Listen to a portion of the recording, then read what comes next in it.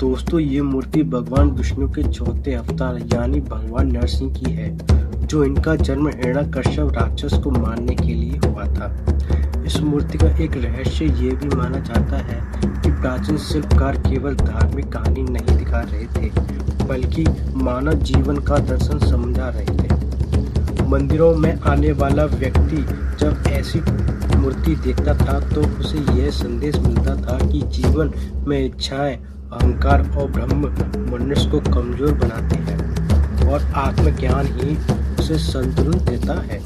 इसलिए कई मूर्तियों में भाव, शरीर की मुद्रा और हाथों की स्थिति बहुत सोच समझकर बनाई जाती थी। एक और खास बात यह है कि दक्षिण भारतीय मंदिरों की मूर्तियां पत्थर में इतनी बारीकी से बनाई गई हैं कि उनमें भावनाएं तक महसूस होती हैं।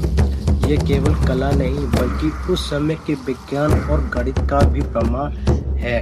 मूर्ति की बनावट, अनुपात और संतुलन इस तरह रखा जाता था कि दूर से देखने पर भी पूरी कहानी समझ में आए।